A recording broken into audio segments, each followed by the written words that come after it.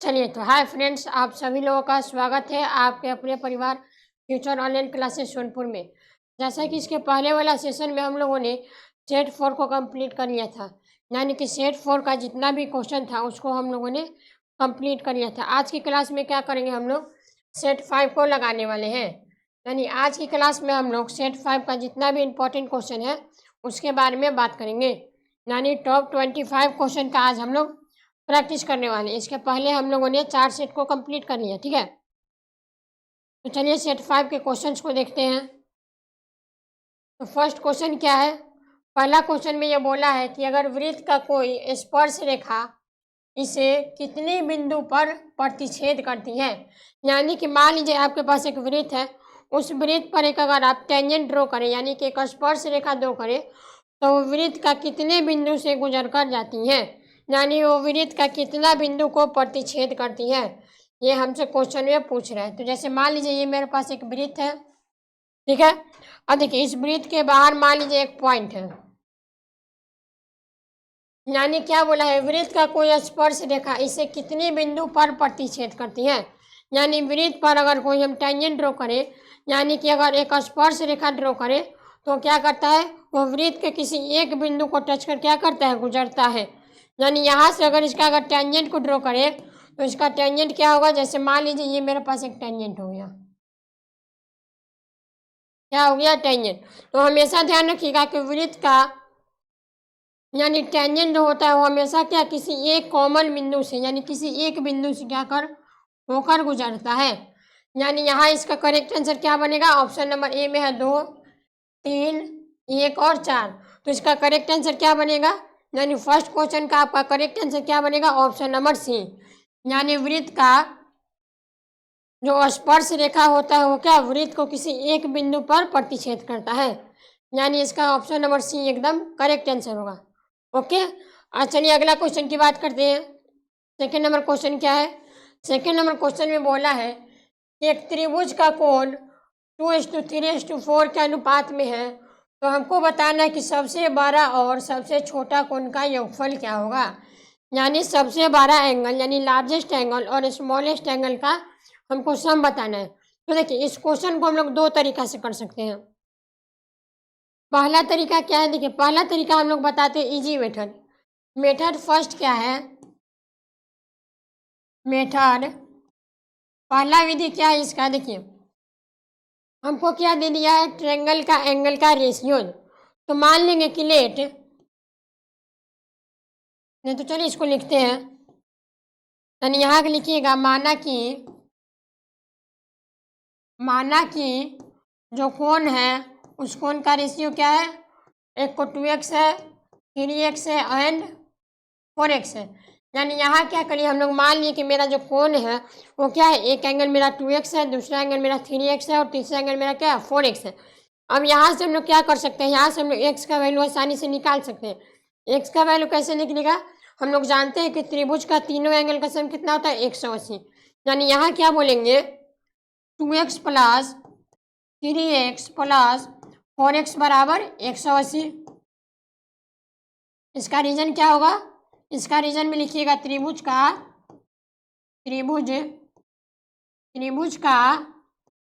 तीनों कोणों का सम, तीनों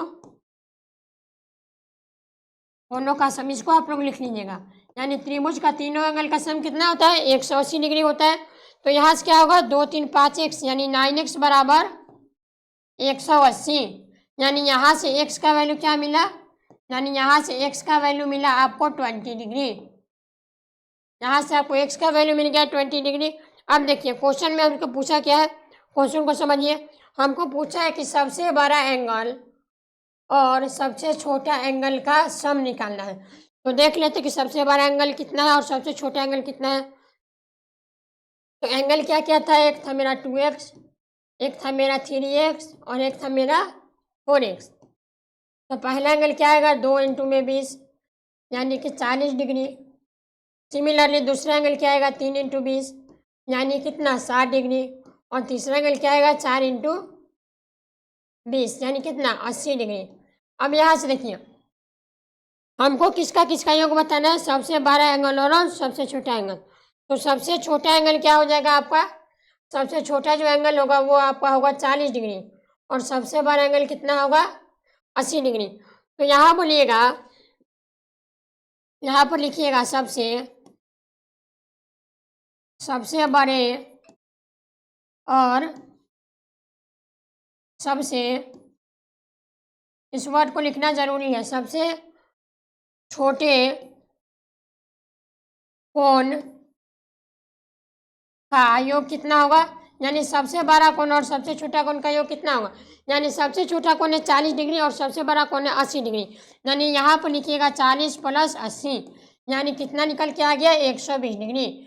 यानी सबसे बड़ा कोण और सबसे छोटा कोण का योगफल कितना आ गया? 180, 120। यानी ऑप्शन नंबर सी आपका करेक्ट आंसर बनेगा।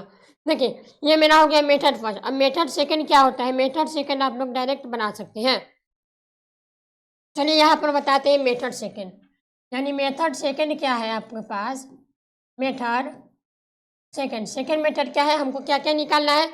सबसे छोटा बड़ा कोण और सबसे छोटा कोण का योग। यानी यहाँ लिखिएगा सबसे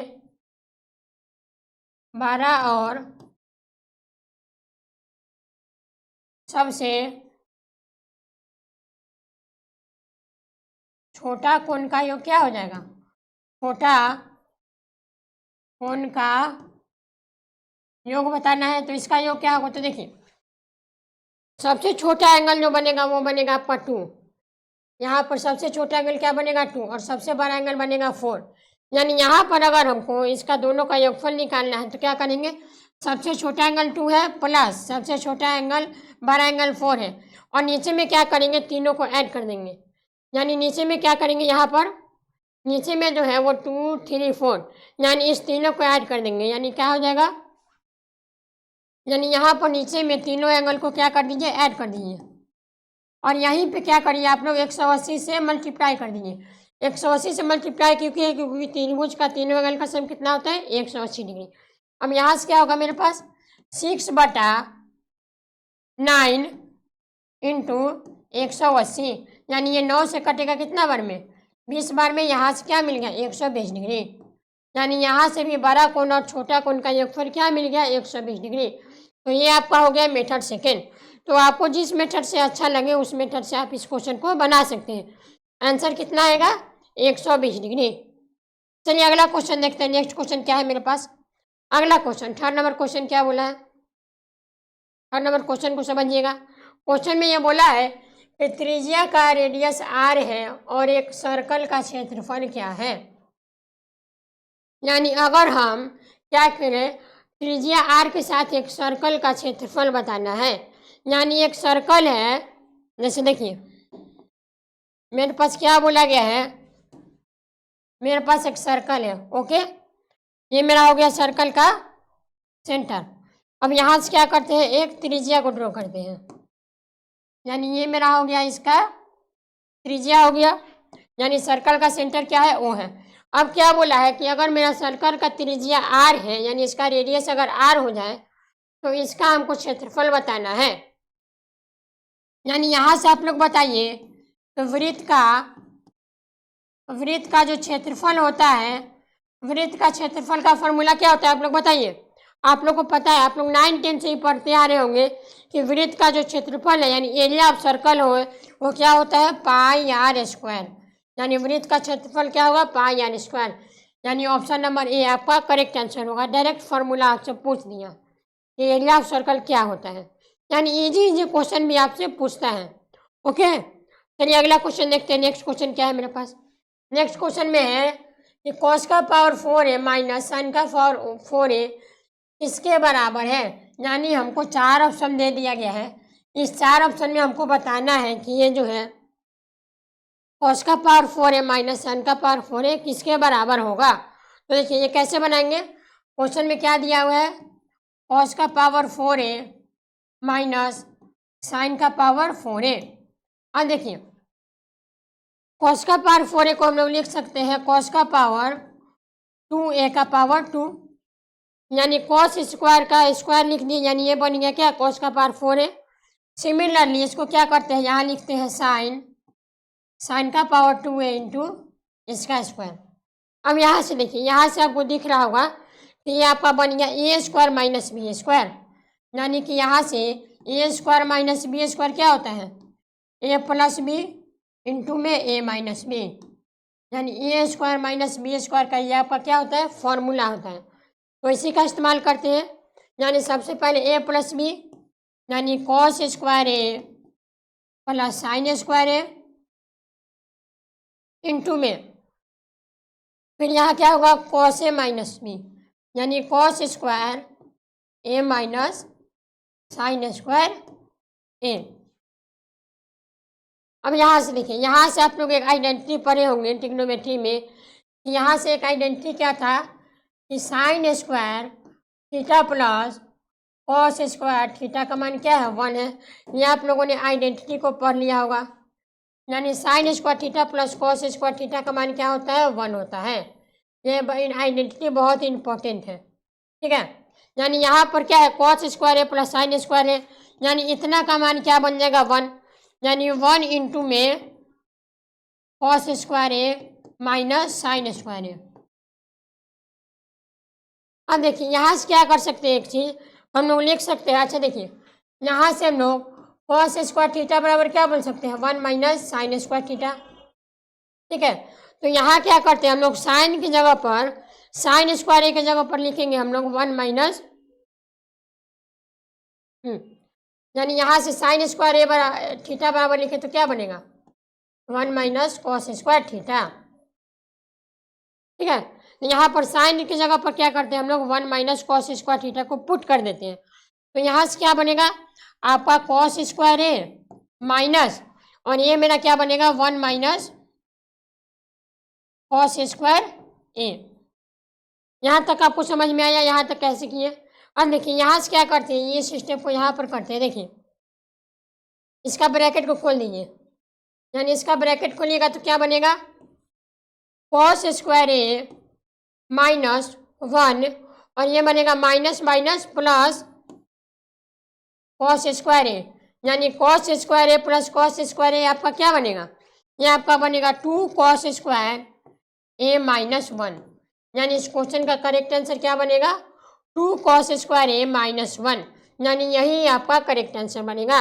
यानी ऑप्शन देख लीजिए 2 कॉस स्क्वायर ए माइनस 1, यानी ये हमको दिख रहा है ऑप्शन नंबर बी, यानी ऑप्शन नंबर बी आपका करेक्ट आंसर होगा। क्वेश्चन में क्या क्या फॉर्मूला यूज हुआ, एक आपका यूज हुआ ए स्क्वायर माइनस बी स्क्वायर, और एक sine square theta plus cos square theta. तो ऐसे क्वेश्चन को देखकर आप लोग घबराइएगा मत, एकदम आराम से easy by easy step by step आपको सॉल्व करना है, ठीक है। और जो भी क्वेश्चन है ये सब आपका क्या है, पीवाई की क्वेश्चन है, तो इन सब को एक बार अपने से ट्राई जरूर करिएगा, ओके। चलिए नेक्स्ट प्रश्न देखते हैं, अगला क्वेश्चन क्या बोल रहा है। अगला क्वेश्चन बोला है 5 नंबर, 2 परिमेय संख्या का योग क्या होता है। यानी अगर हम 2 परिमेय संख्या को जोड़ दें तो उसका योग क्या होता है, एक सम संख्या बनता है, या फिर एक प्राकृतिक संख्या बनता है, या फिर एक अपरिमेय संख्या बनता है, या फिर परिमेय संख्या। तो सबसे पहले आप लोग बताइए कि परिमेय संख्या क्या होता है। यानी परिमेय संख्या की अगर बात करें तो क्या होता है, वैसी संख्या जो p/q के फॉर्म में हो और q नॉट इक्वल टू 0 होना चाहिए। अपरिमेय संख्या क्या है, वैसी संख्या जो p/q के फॉर्म में ना हो, यानी रूट वाली जितना भी संख्या है वो आपका क्या कहलाएगा, अपरिमेय संख्या। प्राकृतिक संख्या क्या होता है, natural number, all the counting number, यानी काउंटिंग नंबर को हम लोग क्या बोलते हैं, प्राकृतिक संख्या। और अगर सम संख्या की बात करें तो सम संख्या क्या होता है, वैसी संख्या जो 2 से पूरी पूरी डिविजिबल हो, यानी उसको क्या बोलते हैं हम लोग, सम संख्या। हमको क्या बोला है, 2 परिमेय संख्या का योग। जैसे मान लीजिए पहला परिमेय संख्या 1/2 है, ठीक है, ये मेरा क्या है, एक परिमेय संख्या। फिर दूसरा संख्या मान लीजिए 3/4 है। तो अगर इस दोनों को जोड़ेंगे, इन दोनों को जोड़ने पर क्या आएगा, 5/4, यानी ये भी क्या बनेगा आपका परिमेय संख्या। तो हमेशा याद रखिएगा, आप अगर रेशनल नंबर में अगर रेशनल नंबर जोड़िएगा तो हमेशा आपको रेशनल नंबर मिलेगा। जैसे देखिए आप रेशनल में रेशनल जोड़िएगा तो रेशनल मिलेगा, ठीक है। अगर आप रेशनल में इरेशनल जोड़ेगा तो इरेशनल मिलेगा, यानी इस क्वेश्चन में आपको क्या मिलेगा, एक परिमेय संख्या, यानी ऑप्शन नंबर डी आपका करेक्ट आंसर बनेगा। चलिए नेक्स्ट क्वेश्चन देखते हैं, नेक्स्ट क्वेश्चन में क्या बोला है। नेक्स्ट क्वेश्चन क्या बोला है आपको, क्वेश्चन देखिए, बोला है कि बहुलक निकालने का सूत्र क्या है, यानी मॉड का फॉर्मूला क्या होगा, बताइए आप लोग। मॉड का फॉर्मूला क्या होगा, option number A, option number B, option number C, या इनमें से कोई नहीं। जल्दी जल्दी बताइए आप लोग। बहुलक निकालने का सूत्र क्या है, तो हमेशा याद रखिएगा बहुलक निकालने का जो सूत्र होता है वो होता है I plus F O minus F inverse बटा में 2f0 minus F inverse minus F1, यानी यही आपका क्या होता है, बहुलक निकालने का सूत्र होता है। यानी बहुलक निकालने का सूत्र क्या होता है, यानी यहाँ से अगर बहुलक का सूत्र की बात करें, यानी यही आपका करेक्ट आंसर बनेगा, यानी ऑप्शन नंबर बी जो है वो इस क्वेश्चन का आपका करेक्ट आंसर बनेगा। यानी बहुलक निकालने का ये वाला सूत्र जो है वो आप लोग ध्यान में रखिएगा, यानी यही आपका बहुलक निकालने का सूत्र है। चलिए नेक्स्ट क्वेश्चन देखते हैं, अगला क्वेश्चन क्या बोला है। अगला क्वेश्चन भी आसान प्रश्न है, एक मूल बिंदु से x, y की दूरी क्या होगी, यानी हमको बताना है एक ओरिजिन से जो x, y का दूरी क्या होगा। तो चलिए इसको ग्राफिकली वे में समझते हैं। जैसे ये वाला मान लीजिए आपका x एक्सिस है, ठीक है, और ये वाला मान लीजिए आपका क्या है, ये आपका y एक्सिस है, यानी ये आपका x एक्सिस और ये आपका y एक्सिस, और ये आपका क्या है, ये जो पॉइंट है ये आपका है ओरिजिन। अगर ओरिजिन के कोऑर्डिनेट पूछे तो ये आपका होता है 0,0, यानी x पर भी 0 और y पर भी 0। अब यहाँ से देखिए हमको बोला कि बिंदु कहीं पर रखा गया है क्या, x, y, यानी x भी पॉजिटिव और y भी पॉजिटिव। तो चलिए मान लेते कि मेरा बिंदु जो है P पॉइंट जो है उसका कोऑर्डिनेट क्या है, x, y। तो हमको क्या निकालना है इस क्वेश्चन में, हमको निकालना है इस ओरिजिन से इस P पॉइंट का डिस्टेंस क्या होगा, यानी हमको इस ओरिजिन से P पॉइंट का हमको डिस्टेंस निकालना है। तो यहाँ पर अगर डिस्टेंस फार्मूला लगाए, यानी यहाँ से डिस्टेंस फार्मूला OP बराबर क्या बोलेंगे, root under x1 plus x2 का square plus y1 plus y2 का स्क्वायर, यानी यहाँ x भी 0 y भी 0, यानी इसका फार्मूला जो बनेगा वो बनेगा x square plus y square, यानी यही आपका करेक्ट आंसर होगा। यानी जब भी आपको मूल बिंदु यानी ओरिजिन से किसी x, y बिंदु पर अगर आपको डिस्टेंस पूछे तो उसका फॉर्मूला क्या जानते हैं आप लोग, root under X square plus Y square, यानी इस क्वेश्चन का करेक्ट आंसर क्या बनेगा, ऑप्शन नंबर बी। चलिए नेक्स्ट क्वेश्चन देखते हैं, अगला क्वेश्चन क्या बोला है। अगला क्वेश्चन में बोला है यदि दो गोले का सतह का क्षेत्रफल अनुपात 16:9 है तो हमको उनका आयतन का अनुपात बताना है, यानी हमको S1:S2 दे दिया है कितना, 16/9। अब सबसे पहले आप लोग बताइए कि गोले का सतह का फॉर्मूला क्या होता है, यानी गोले का सतह का क्षेत्रफल का अनुपात दे दिया है, यानी कि एरिया ऑफ स्फीयर क्या होता है, एरिया ऑफ स्फीयर का फॉर्मूला होता है आपका पाई आर स्क्वायर, क्या होता है, पाई आर स्क्वायर। यानी यहाँ पर आप S1:S2 लिखेंगे तो यहाँ पर क्या होगा, पाई आर R1 का स्क्वायर अपॉन में पाई आर R2 का स्क्वायर, यही होगा। और इसका रेशियो कितना दिया हुआ है, 16/9। यहाँ तक डन है। अब देखिए यहाँ से क्या होगा आपका, 4 पाई से 4 पाई कैंसिल होगा, यानी यहाँ पर क्या बचा, R1 स्क्वायर बटा R2 square.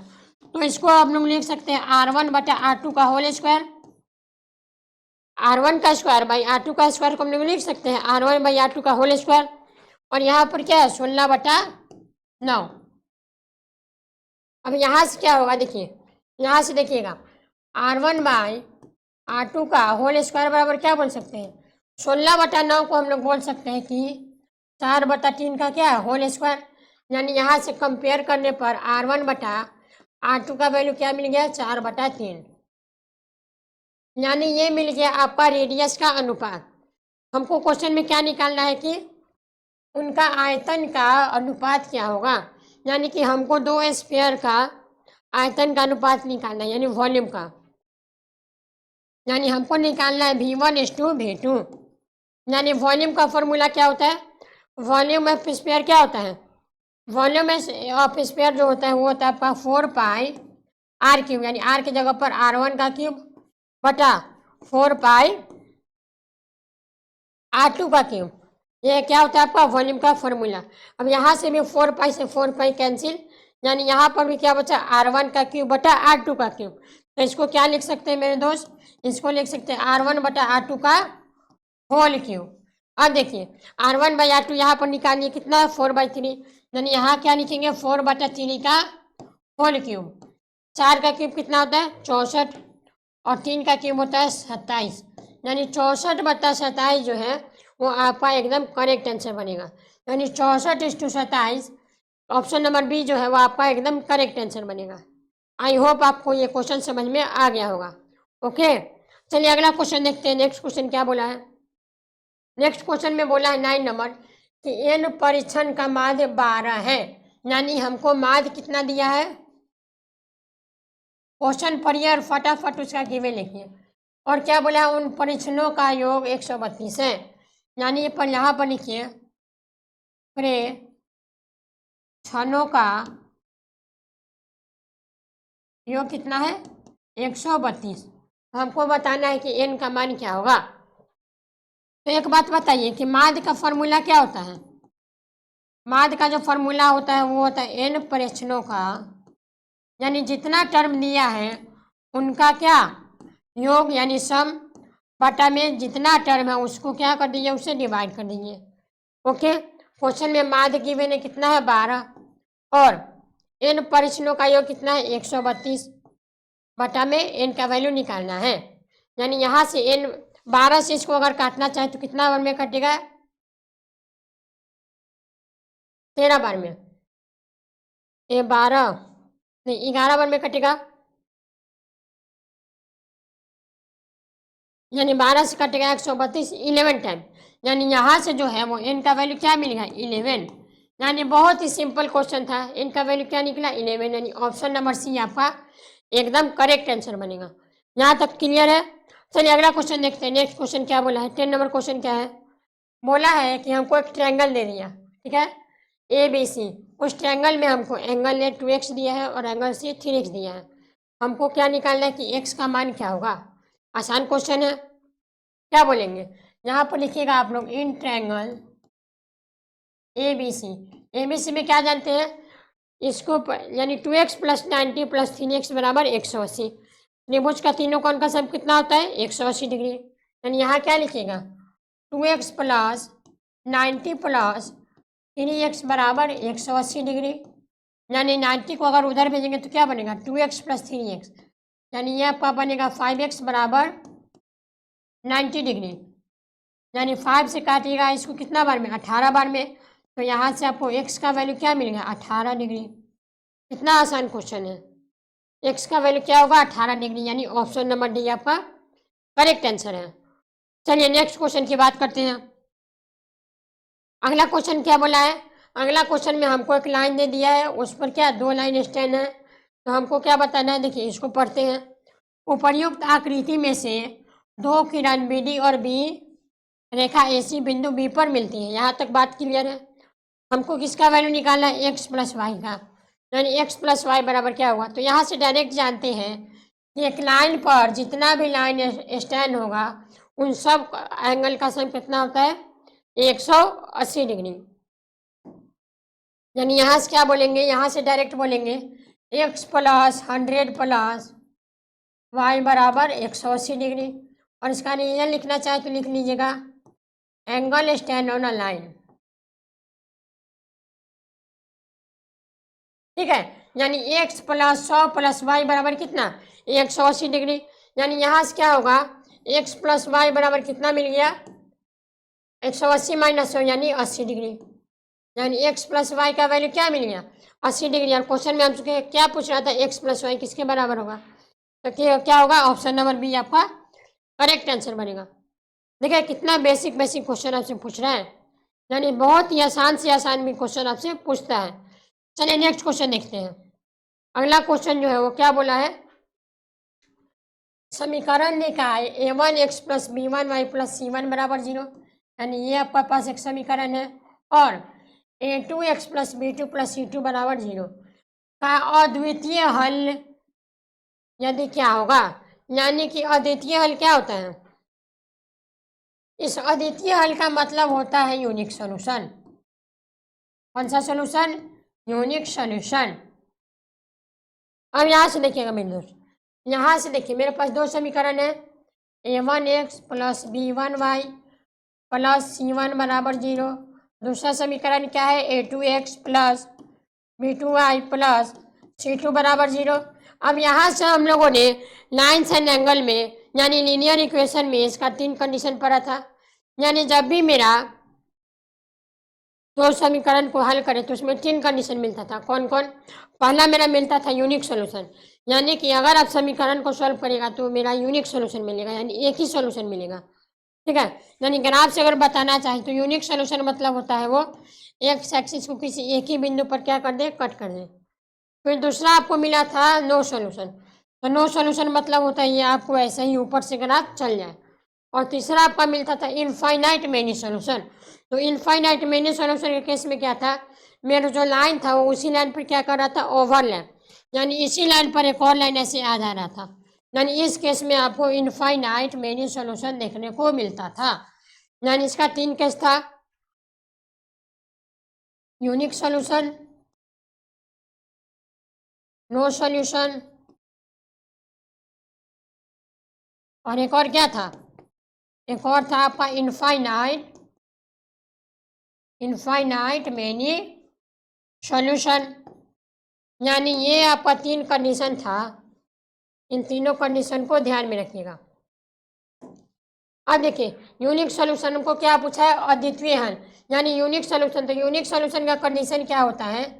a1 by a2 जो होगा वो नॉट इक्वल टू क्या होगा? b1 बाई b2 के। ये मेरा किसका कंडीशन था? यूनिक सॉल्यूशन का। यानी ये आपका बनेगा यूनिक सॉल्यूशन का कंडीशन। अब यहाँ से देखिए अगर नो सॉल्यूशन की कंडीशन की बात करें, यानी नो सॉल्यूशन का कंडीशन क्या होता है, तो उसको कंडीशन को भी देख लीजिए। हम तीनों का कंडीशन यहाँ पर लिख देते हैं एक ही क्वेश्चन में। ठीक है, यूनिक नो सॉल्यूशन का कंडीशन होता है a1 बाई a2 जो होगा वो इक्वल टू होगा किसके? b1 बाई b2 के, और नॉट इक्वल टू होगा c1 बाई c2 के। यानी ये जो आपका केस है वो किसका है? नो सॉल्यूशन का। उसी तरह से अगर इनफाइनाइट मेनी सॉल्यूशन की बात करें तो इनफाइनाइट मेनी सॉल्यूशन के केस में क्या होता था? यहाँ पर लिख लीजिए a1 बाई a2 जो होता था वो बराबर होता था b1 बाई b2 के, और बराबर होता था c1 बाई c2 के। यानी मेनी सॉल्यूशन में क्या होता था? तीनों चीज़ क्या होता था? बराबर होता था। तो यहाँ से आपका 3 केस बन गया। क्वेश्चन में हमको पूछा यूनिक सॉल्यूशन, तो यूनिक सॉल्यूशन का केस क्या बनेगा? a1 बाई a2 जो है वो नॉट इक्वल टू क्या है? b1 by b2। तो इस क्वेश्चन से आपको 3 कॉन्सेप्ट क्लियर हो गया होगा, आपको रिवाइज भी हो गया होगा। चलिए अगला क्वेश्चन प्रश्न देखते हैं। अगला प्रश्न क्या है? ज्यामिति का पिता कौन है? बताइए, आप लोग बताइए कि ज्योमेट्री का फादर किसे कहा जाता है? आप लोग को पता होगा। ऑप्शन क्या है? थेल्स, न्यूटन, पाइथागोरस या फिर यूक्लिड। जल्दी आप लोग बताइए, ज्यामिति का पिता किसे कहते हैं, यानी ज्यामिति का पिता कौन है? तो हमेशा याद रखिएगा अगर ज्यामिति का पिता की बात करें तो हमेशा एक ही नाम याद होना चाहिए। कौन सा नाम? यूक्लिड। यानी ज्योमेट्री का फादर किसे कहा जाता है? यूक्लिड को। यानी इस क्वेश्चन का करेक्ट आंसर बनेगा ऑप्शन नंबर डी, यानी ऑप्शन नंबर डी आपका करेक्ट आंसर होगा। चलिए अगला क्वेश्चन देखते हैं। अगला क्वेश्चन क्या बोला है? वाई अक्ष पर और एक अक्ष से 4 इकाई की दूरी पर एक अक्ष के नीचे एक बिंदु ए पर स्थित है, तो हमको ए का निर्देशांक बताना है। तो देखिए इस क्वेश्चन को कैसे करते हैं हम लोग? ग्राफ के माध्यम से समझते हैं, यानी इस क्वेश्चन को हम लोग ग्राफिकली वे में समझते हैं कि क्वेश्चन क्या बोला है। जैसे देखिए ये मेरे पास एक्स एक्सिस, ये मेरे पास क्या? Y axis. ये मेरा इसका क्या हो गया? ये पॉइंट इसका हो गया ओरिजिन, यानी कि क्या? 0,0। ठीक है, ये आपका एक्स एक्सिस, ये आपका वाई एक्सिस, ये निगेटिव एक्स और ये आपका निगेटिव वाई। नंबर भी प्लॉट करना चाहे तो कर लीजिए, नंबर को भी क्या करते हैं इसमें प्लॉट कर देते हैं, यानी यहाँ के प्लॉट करिए -1, -2 बस। यहाँ 1 2 3 4 1 2 3 और 4। नीचे में भी कर लीजिए -1 -2 -3 और -4। अब चलिए क्वेश्चन क्या बोला, क्वेश्चन को ध्यान से पढ़िएगा, एक बार दो बार पढ़िएगा तब समझ में आएगा। देखिए क्या बोला है, y अक्ष पर x अक्ष से, यानी y अक्ष पर एक अक्ष से क्या 4 इकाई दूरी, यानी y से क्या 4 इकाई दूरी पर, यानी y अक्ष से 4 इकाई दूरी पर, यानी कुछ यहाँ पर क्या बोला है, x अक्ष के नीचे एक बिंदु स्थित है। यानी x कोऑर्डिनेट के नीचे क्या है, यानी यहाँ से x कोऑर्डिनेट के नीचे एक बिंदु स्थित है, यानी एक पॉइंट क्या कर रहा है, लाई कर रहा है। ठीक है, यानी x अक्ष के नीचे एक पॉइंट लाई कर रहा है।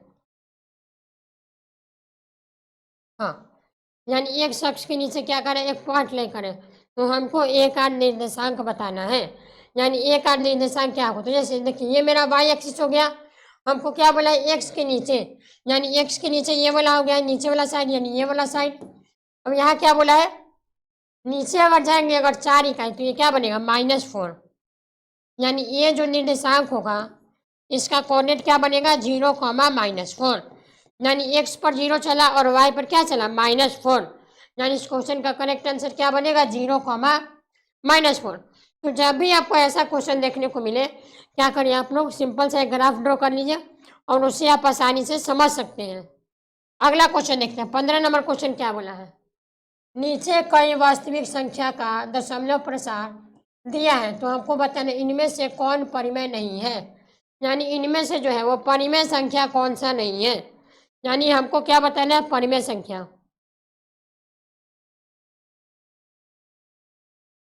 तो देखिए परिमेय संख्या की अगर बात करें तो फर्स्ट ऑप्शन में आपको दिख रहा है 3.5329, तो ये आपका क्या है, रिपीटिंग टर्म है,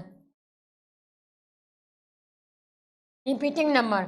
ऑप्शन नंबर सी की बात करें तो ये भी आपका क्या है, टर्मिनेटिंग और रिपीटिंग, तो ये भी क्या होगा, यानी ऑप्शन नंबर ए और ऑप्शन नंबर सी तो आपका परिमेय संख्या होगा। लेकिन अगर ऑप्शन नंबर बी की बात करें तो ये आपको दिख रहा होगा ये नॉन टर्मिनेटिंग रिपीटिंग नंबर है, यानी नॉन टर्मिनेटिंग रिपीटिंग नंबर है।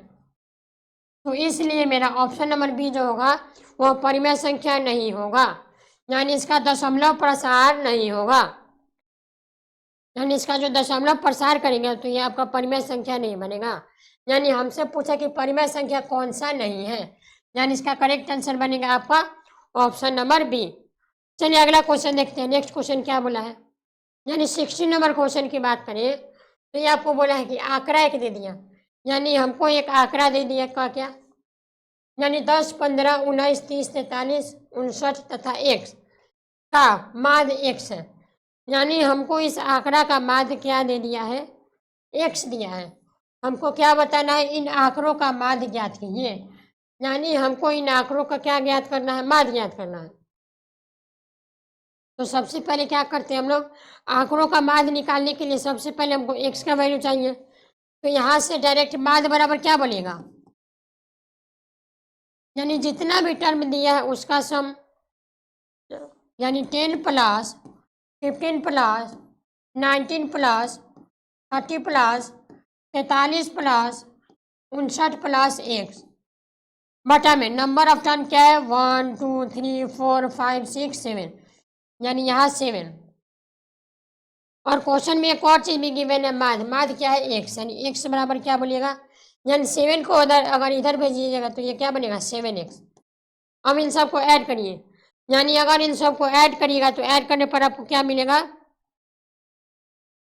यानी इन सारे टर्म को अगर ऐड करिएगा तो ऐड करने पर मिलेगा आपको 186 और प्लस में x है, यानी अगर हम x को इधर भेज दें तो क्या बनेगा 6x बराबर 186, यानी 6 से इसको काटिएगा कितना बार में 31 बार में, यानी x का जो वैल्यू है वो क्या मिल गया 31। अब देखिए हमको क्या निकालना है, हमको माध्य निकालना है।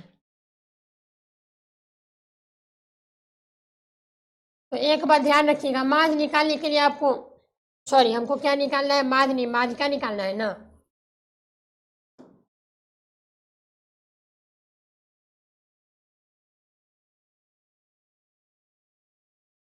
हमको क्या निकालना है, माध्य का।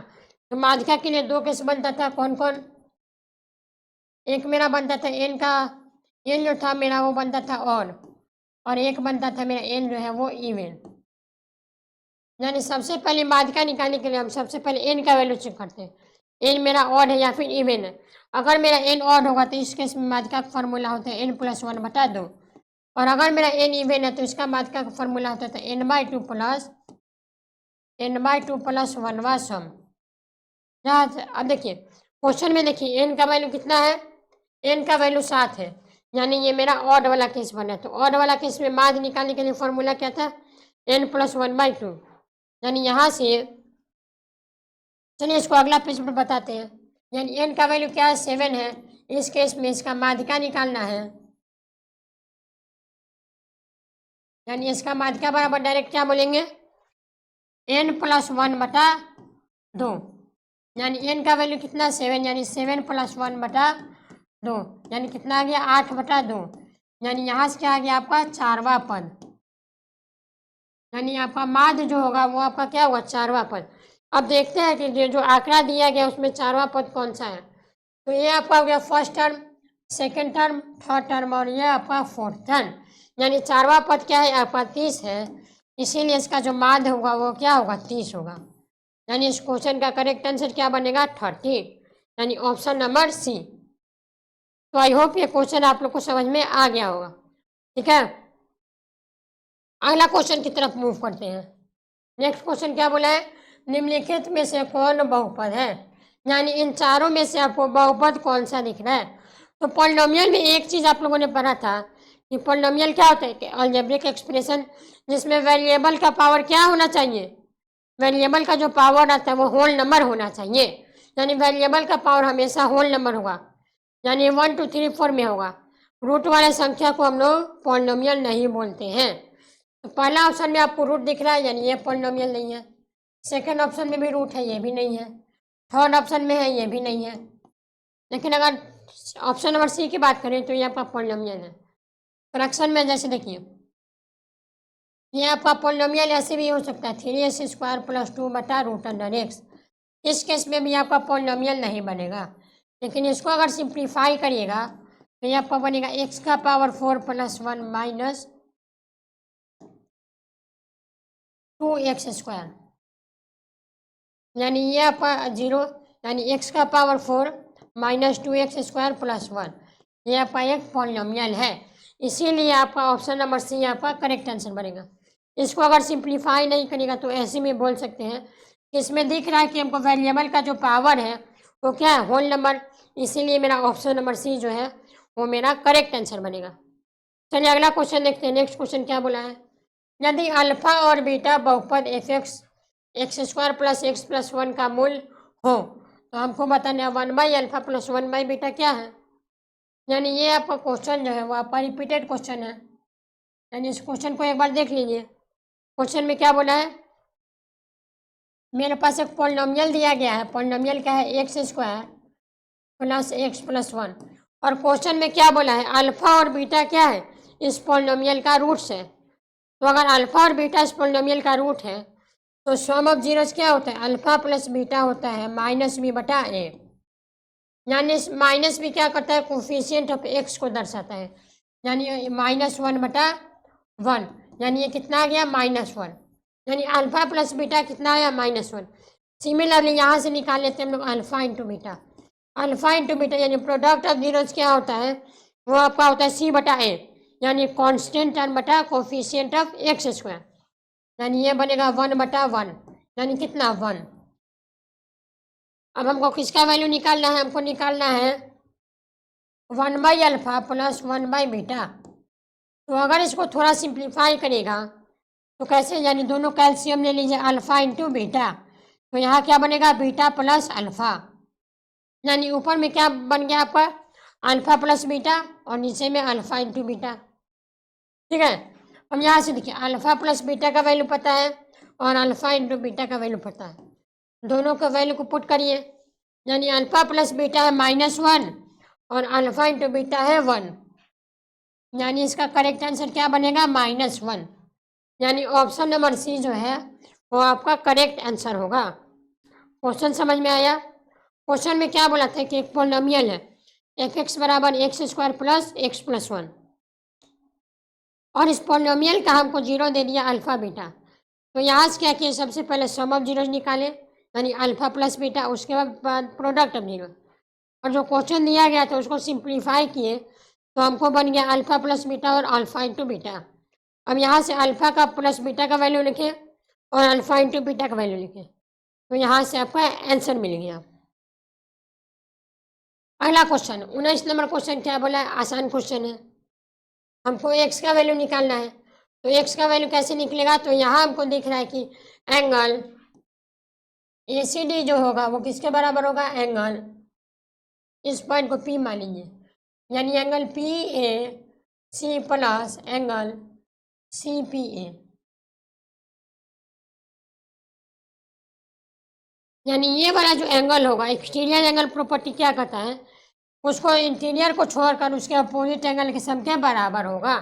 यानी एंगल ACD कितना है 130 डिग्री, बराबर डायरेक्ट क्या बोलेंगे 48 प्लस x, यानी यहाँ से x का वैल्यू क्या मिलेगा 130 माइनस 48, यानी इसको अगर घटाइएगा तो आपको क्या मिलेगा, यानी यहाँ से आपको घटाने पर क्या मिलेगा, x का वैल्यू जो है वो कितना आएगा 82 डिग्री। यानी इस क्वेश्चन का करेक्ट आंसर क्या बनेगा, option number D. Very simple question था। अगला क्वेश्चन 20 नंबर क्वेश्चन क्या बोला है, यूक्लिड के अनुसार परिभाषित पद क्या है। यानी यूक्लिड यानी ज्योमेट्री का जो फादर है यूक्लिड, उसके अनुसार जो परिभाषित शब्द है वो क्या है, समतल है, रेखा है या बिंदु है। तो यहाँ अगर ध्यान से आप लोग देखिएगा तो option number A, option number B, option number C, ये तीनों क्या है प्रभाषित पद हैं, यानी तीनों चीज़ को हम लोग डिफाइन कर सकते हैं, इसीलिए इसका करेक्ट आंसर क्या बनेगा, ऑप्शन नंबर डी। यानी उपयुक्त सभी जो है वो क्या है, प्रभाषित पद है। अगला क्वेश्चन देखते हैं 21 नंबर क्वेश्चन क्या है, बिंदु P -6,8 से दूरी मूल बिंदु से है। यानी हमको एक बिंदु दे दिया P -6,8, हमको क्या बताना है, इसका मूल बिंदु से डिस्टेंस बताना है। तो मूल बिंदु से डिस्टेंस क्या होता था, यानी यहाँ OP बराबर बोलेंगे तो क्या होगा, √x² प्लस y², ये डायरेक्ट आपका फॉर्मूला हो गया। यानी x का वैल्यू कितना है -6, यानी √−6 का स्क्वायर प्लस y का वैल्यू है 8, यानी 8 का स्क्वायर, यानी -6 का स्क्वायर कितना होगा 36 और 8 का स्क्वायर होगा 64, तो ये आपका बनेगा √100, यानी √100 का वैल्यू कितना होता है 10, यानी इसका करेक्ट आंसर क्या बनेगा 10 इकाई, यानी ऑप्शन नंबर डी। यानी 21 नंबर क्वेश्चन का आपका option number D correct answer होगा। चलिए अगला क्वेश्चन देखते हैं 22 नंबर क्वेश्चन। 22 नंबर में क्या है, कितने रैखिक समीकरण x बराबर 2 और y बराबर -2 द्वारा संतुष्ट होगा। यानी हमको बोल रहा है कि अगर x का वैल्यू 2 डालें और y का वैल्यू -2 डालें तो ये कितना रैखिक समीकरण को संतुष्ट करेगा। ऑप्शन में है 1, 2, 3 या फिर अनंत।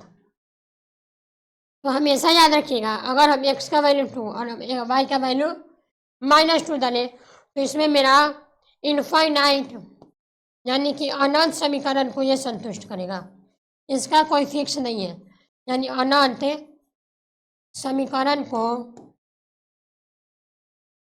संतुष्ट करेगा।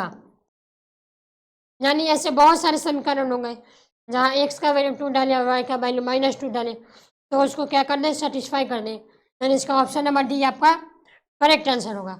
अगला क्वेश्चन 23 नंबर क्वेश्चन क्या है, cosec theta into sec theta का मूल्यांकन कीजिए। यानी कॉसेक थीटा और इंटू सेक थीटा को हम लोग किस फॉर्म में लिख सकते हैं। यानी क्वेश्चन में क्या बोला है, cosec theta into sec theta का क्या करना है, मूल्यांकन करना है। अब यहाँ से देखिए कॉसेक थीटा को क्या बोल सकते हैं, 1/sin थीटा इंटू में सेक थीटा को क्या बोल सकते हैं, 1/cos थीटा। अब यहाँ से क्या होगा, वहाँ यहाँ से बन गया 1/sin theta into cos theta. Question मेरा ये बन गया। अब यहाँ से देखिए, इस 1 के जगह पर क्या लिख सकते हैं, इस 1 की जगह पर अगर कुछ लिखना चाहे तो क्या लिखेंगे, तो यहाँ पर आप लिख सकते हैं sine square theta plus cos square theta. क्यों लिख सकते हैं, क्योंकि हम लोग जानते हैं कि sine square theta plus cos square theta का मान अगर 1 होगा तो 1 के जगह पर हम लोग ये वाला बात बोल सकते हैं। तो यहाँ पर मेरा क्वेश्चन क्या बनेगा, ऊपर में आएगा आपका sine square theta plus cos square theta, और नीचे में क्या आएगा, यहाँ आपको आएगा sine theta into cos theta. अब क्या करते हैं, दोनों को ब्रेक कर लेते हैं। यानी एक बार क्या करेंगे, साइन स्क्वायर थीटा के साथ नीचे वाले टर्म को ले लेंगे और एक बार कॉस स्क्वायर के साथ ले लेंगे, क्योंकि दोनों का एलसीएम क्या बना, sine theta into cos theta. तो यहाँ से क्या करेंगे, एक बार साइन स्क्वायर थीटा बटा sine theta into cos theta plus यहाँ क्या बनेगा, कॉस स्क्वायर थीटा बटा sine theta into cos theta. यानी दोनों को हम लोग अलग अलग ब्रेक कर दिए। अब यहाँ से क्या होगा, साइन स्क्वायर से एक साइन कैंसिल होगा, यहाँ से कॉस स्क्वायर से एक कॉस कैंसिल होगा। यानी ऊपर में आपका बनेगा, ऊपर में क्या बनेगा, साइन थीटा बटा कॉस थीटा प्लस यहाँ क्या बनेगा, कॉस थीटा बटा साइन थीटा। अब यहाँ से देखिए, sine theta by cos theta क्या होता है, ये आपका बनता है tan थीटा प्लस इसका अपोजिट यानी cos theta by sine theta क्या बनता है, ये आपका बनता है cot थीटा। यानी इस क्वेश्चन का करेक्ट आंसर क्या होगा, tan theta plus cos theta. यानी ऑप्शन नंबर डी है, ये आपका करेक्ट आंसर होगा। अगला क्वेश्चन देखते हैं, 24 नंबर प्रश्न। आंकड़ा दिया हुआ है 3, 7, 2, 11, 4 और इसका माध्य क्या है, 9 का माध्यक निकालना है। यानी हमको एक आंकड़ा दे दिया 3, 7, 2, 11, 4 और 9। ये मेरे पास आंकड़ा है। तो सबसे पहले इसमें देखते हैं कि हम लोग आंकड़ा को अगर देखा जाए तो इसमें n कितना है, 1, 2, 3, 4, 5, 6। यानी इस आंकड़ा में हमको दिख रहा है कि n का जो वैल्यू है वो n का वैल्यू क्या है, इवन है। यानी n का जो वैल्यू होगा, यानी ये मेरा कैसा नंबर है, इवन नंबर। तो इवन नंबर के लिए हमको माध्यक का फॉर्मूला क्या था, इसका माध्यिका का फॉर्मूला था n/2 पद प्लस n/2 प्लस 1वां पद। ये अब क्या कहा था, अगर मेरा माध्य अगर इवन हो, यानी n का वैल्यू इवन हो, तो ये मेरा माध्य का फॉर्मूला। अब देखिए n का वैल्यू कितना है, 6, यानी 6/2 पद प्लस n+1 यानी 6+1 यानी 7/2 पद। यानी 6+1 कितना होगा, 7/2। हाँ, यानी यहाँ क्या बनेगा, 6+2 यानी कि 8/2, 8/2, 8/2 पद। अब यहाँ से देखिए, 2 से काटेंगे 3 बार में और 2 से काटेंगे 4 बार में। यानी इस फॉर्मूला को इतना ना लिखकर आप लोग डायरेक्ट लिख सकते थे, माध्यिका बराबर थर्ड पद प्लस फोर्थ पद। यानी यहाँ से क्या होगा, यहाँ से माध्यिका बराबर क्या होगा, यहाँ पर मिला 3वां पद और यहाँ पर मिला आपका 4वां पद। यानी यहाँ पर आप लोग डायरेक्ट लिख सकते हैं 1/2 थर्ड प्लस फोर्थ, यानी 1/2। तीसरा पद कितना है, अगर इसको आरोही क्रम में अगर लिखें तो तीसरा पद आपका बनेगा 4। देखिए यहाँ पर आप बोलिएगा कि तीसरा पद 2 है, लेकिन यहाँ क्या किया हम लोगों ने, इसको आरोही क्रम में नहीं लिखे। यानी जब भी आपको माध्यिका निकालना होगा, जो भी आपको आंकड़ा दिया गया उसको सबसे पहले आरोही क्रम में लिखिए, उसके बाद ही आप सॉल्यूशन करिएगा। यानी यहाँ से क्या मिलेगा, 1/2 इंटू 11 यानी 11/2। यानी इसको अगर काटिएगा तो ये आपको मिलेगा 5.5। यानी इसका माध्यिका क्या निकल के आ गया, 5.5। अगला क्वेश्चन, यानी आज का क्लास का लास्ट क्वेश्चन क्या बोला है, यानी अंतिम क्वेश्चन क्या है एक तार का त्रिज्या 1/3 कम हो, यानी एक तार है, मान लीजिए उसका त्रिज्या जो है यानी उसका रेडियस क्या है, 1/3 कम हो जाती है। यदि आयतन समान रहता है तो लंबाई क्या बन जाएगी, यानी अगर हमको तार का आयतन अगर समान रह जाए तो उसका लंबाई क्या बन जाएगी। तो क्वेश्चन में अगर गिवन की बात करें तो क्वेश्चन में गिवन क्या दिया है कि R2 जो होगा वो क्या होगा 1/3 R1, यानी पहले आर मेरा तार का जो रेडियस था मान लीजिए R2 था, वो क्या हुआ 1/3 कम हो गया। तो हमको बताना कि अगर इसका आयतन समान रहे,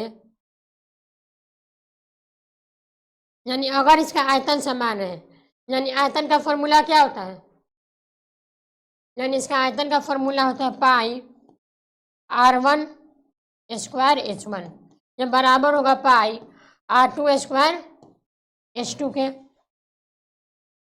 अब यहाँ से देखिए R1 और R2 का वैल्यू दिया हुआ है, यानी R2 के जगह पर हम लिख सकते हैं 1/3 R1, यानी यहाँ से आपको यहाँ से आपको R1² इंटू H1 क्या मिला। यहाँ से देखिए R2 की जगह पर हम लोग क्या बोल सकते हैं 1/3 R1, यानी 1/3 R1 का स्क्वायर इंटू में H2, यानी यहाँ से R1 का स्क्वायर से R1 का स्क्वायर कैंसिल होगा, यानी यहाँ से क्या मिलेगा आपको, यहाँ से आपको H2 की बात करें, यहाँ देखिए यहाँ आपको क्या है H2, यानी H2 बराबर क्या बोल देंगे, H3 को अगर इधर भेजेंगे तो क्या बनेगा 3H1, यानी H2 बराबर 3H1 मिल गया। तो यहाँ से आपको क्या मिल गया, यहाँ पर 3 का स्क्वायर यानी 9 हो जाएगा, यानी यहाँ पर भी क्या करिए आप लोग 9H1 लिख लीजिए, यानी 9H1, यानी H2 बराबर क्या मिल गया 9H1, यानी उसका लंबाई जो होगा वो क्या होगा पहले से 9 गुना क्या होगा बढ़ जाएगा, यानी उसका लंबाई क्या होगा 9 गुना हो जाएगा, यानी इस क्वेश्चन का मेरा ऑप्शन नंबर सी है वो मेरा करेक्ट आंसर होगा।